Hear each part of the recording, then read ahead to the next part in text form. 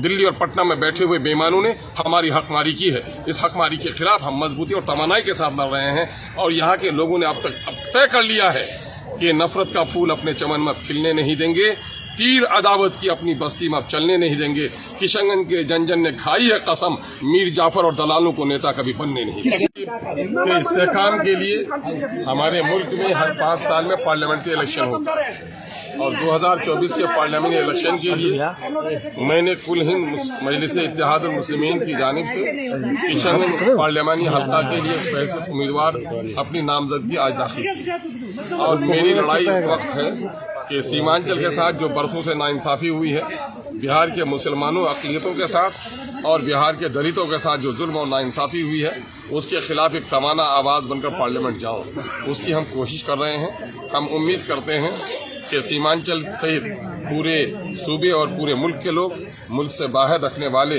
जो इस खित्ते से रिश्ता रखते हैं, वो हमारे लिए दुआएं करेंगे, हमारी मदद करेंगे। हम किशनगंज पार्लियामेंटी हल्का के वोटों से उम्मीद रखते हैं कि अब की बार हमें वोट देकर कामयाब बनाएंगे और अपने गुनागो मसाइल के हल के लिए मुझे अपना वकील बनाएंगे, क्योंकि सबने सबके दिल में खोट रहा है और सबने सबको छोड़ दिया है। इस वजह से लोगों की MIM पर उम्मीदें बढ़ी है। हम इस जानिब इस वक्त पेशकदमी कर रहे हैं। क्या घोषणा कर रहे हैं जनता से, क्या वादा कर रहे हैं? मैंने एक वादा हमेशा से किया है, तकरीबन ये मैं 9वां इलेक्शन लड़ रहा हूँ, कि आपने मुझे मौका दिया तो मैं अपना फर्ज निभाऊंगा और फर्ज निभाता हूँ। झूठे वादा नहीं करता हूँ, मक्कारों की तरह दूसरे के कामों को नहीं गुनता हूँ, मजहबी मुनाफरत फैलाकर सांप्रदायिक सौहार्द को बिगाड़कर राजनीतिक रोटी नहीं सकता हूँ। यहाँ के मसाइल हैं गरीबों के, हिंदुओं के, मुसलमानों के, सिखों के, ईसाइयों के, दलितों के, सबके मसाइल हैं कि बिहार में सबसे ज्यादा गरीब ये इलाका है, सबसे पसमानदा इलाका है, सबसे अनपढ़ ये इलाका है, सबसे ज्यादा बीमार है, सबसे ज्यादा प्लान है, सरकारी नौकरी में सबसे कम हिस्सेदारी है। 24.5 लाख की सुरजापुरी की नौकरी में हिस्सेदारी होती है 39,000, जिसको सिर्फ 15,000 नौकरी दी गई। शेरशाबादी की आबादी है 13 लाख, उनकी नौकरी में हिस्सेदारी होती है 21,000, सिर्फ उनको 5,500 नौकरी दी गई। कुलिया भाइयों की आबादी 12 लाख, नौकरी में हिस्सेदारी 19,000, सिर्फ 6,000 दी गई। दिल्ली और पटना में बैठे हुए बेईमानों ने हमारी हकमारी की है। इस हकमारी के खिलाफ हम मजबूती और तमन्नाई के साथ लड़ रहे हैं और यहाँ के लोगों ने अब तय कर लिया है कि नफरत का फूल अपने चमन में खिलने नहीं देंगे, तीर अदावत की अपनी बस्ती में अब चलने नहीं देंगे। किशनगंज के जन जन ने खाई है कसम, मीर जाफर और दलालों को नेता कभी बनने नहीं देंगे। टक्कर किससे माने?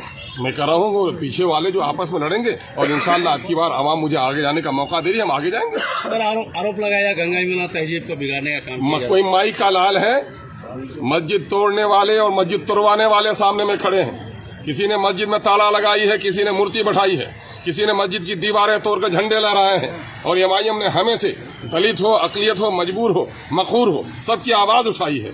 हम सिर्फ एक ईश्वर के मानने वाले नहीं हैं, सारे इंसानों को अपना भाई मानते हैं, सब बहन मानते हैं। एक ईश्वर और एक ही माँ बाप के सारे लोग संतान हैं। हम गोरे काले और ऊंच नीच में छुआछूत पे विश्वास नहीं रखते हैं। दलित हो या आगरा हो, पिछड़ा हो, सबको अपना भाई मानते हैं। किस माई के लाल में दम है कि MIM पर ये इल्जाम लगाए? ये तो वो लोग काम करते हैं जो लोग के पास कोई इशू नहीं है, जो लोग सत्ता के खातिर, जो लोग देश को लूटने के खातिर, गरीबों के टैक्स को लूटने के खातिर जनता को दिग्भ्रमित करते हैं। ये उनका सेवा है, MIM का नहीं है, अख्तरुल ईमान का। कितने सीटों पर दावा कर रहे हैं जीत? देखिए, हमने 13 सीटों का ऐलान किया है।